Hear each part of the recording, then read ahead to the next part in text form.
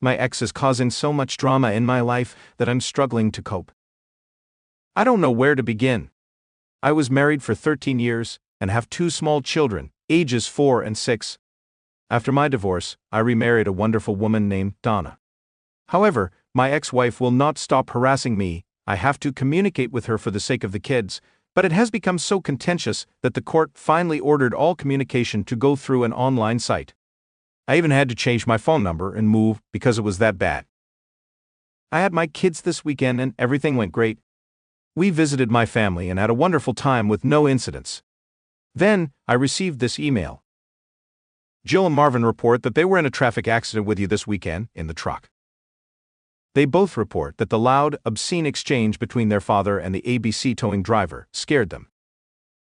They both report that they were bitten by Greg's dog, Murphy, during their visit at your folks' house this weekend. This email caught me completely off guard because none of these things happened. It seems my ex is trying to stir up trouble again, making false accusations about our weekend. This is the second dog they have both reported biting them. I have also posted their reports that they have been bitten by a large dog named Betsy at your in-laws' house. They have traumatic memories of metal being scraped out of your leg. I hope that you recover and get back to your job quickly. I hope that Donna is okay. They report that you have trouble walking.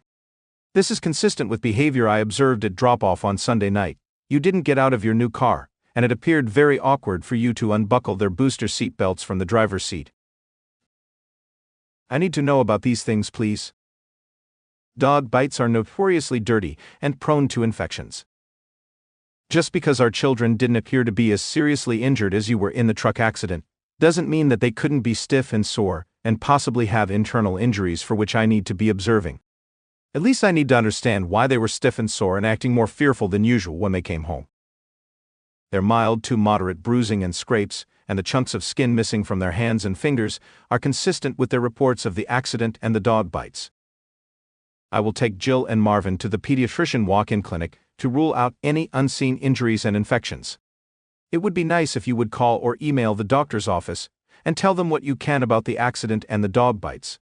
It could help rule out tests and treatments that might not be necessary.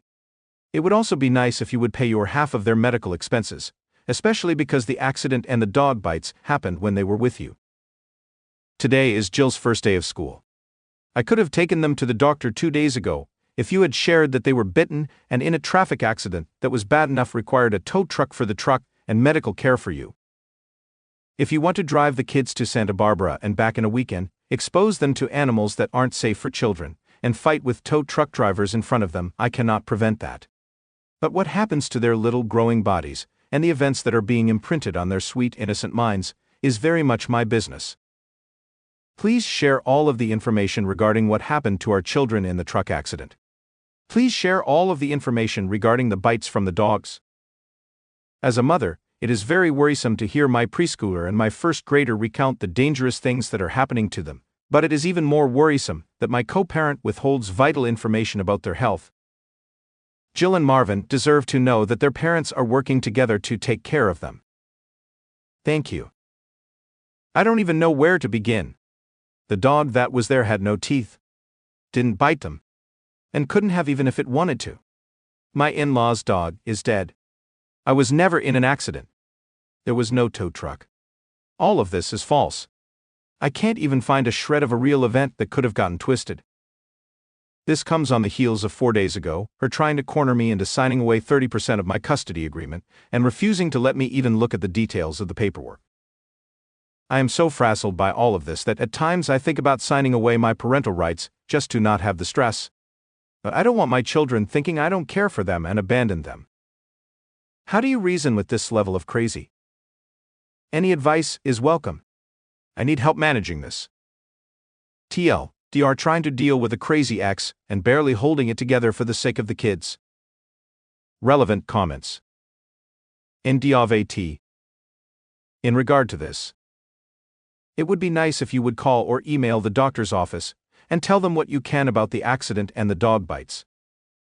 Maybe you should do what she says, email the doctor's office and tell them there was no car accident or dog bite. Deleted. If you're willing to tell random armchair psychologists on Reddit you're considering signing away your children, chances are good she has picked up on that, and is indeed doing whatever she can to make that happen. Get thee to an attorney as soon as humanly possible. Fight for your children. One day, they will know what you did or what you didn't do. Throw away he 8. Turn this over to your lawyer. Please fight this fight. I know it is hard, but can you imagine growing up with a mother who chooses to rewrite history and reality to suit her whims? Lawyers have been contacted. No response in 3 days, emailed with this craziness this morning. Still crickets. Update 8 years later.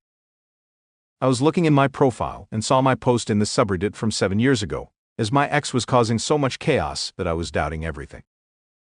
I took everything to heart and implemented several things right away. I became a gray rock and started documenting my ass off.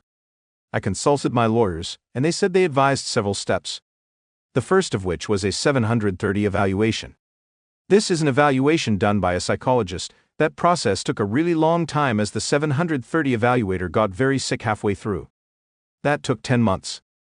At the end, the report essentially read, Mom is volatile and disorganized, and that Dad's home would be a more stable home for the children. However, there is hope that Mom is starting to improve, so if things are still bad in 1 year, it would be appropriate to change custody to Dad. This was a tough pill to swallow. Things were not better, and the chaos was just intermittent. So we just kept documenting and doing our thing.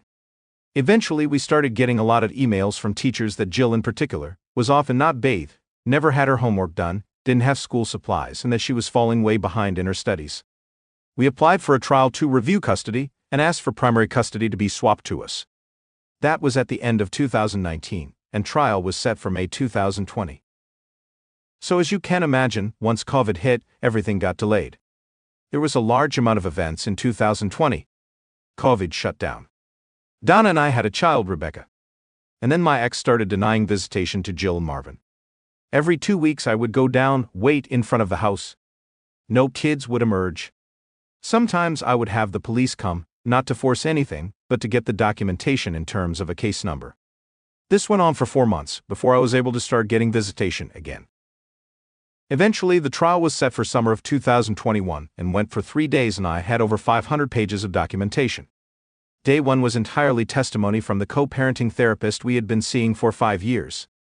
She testified that my ex was the most difficult client she had ever worked with in her career, that my ex never followed a single agreement in session, and that she was a pathological liar.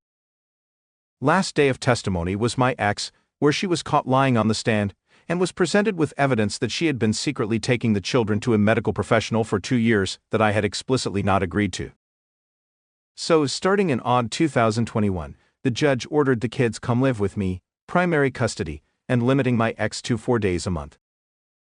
It's now been 3 years. When Jill was in 5th grade, she had a 26% in math and a 40% in English.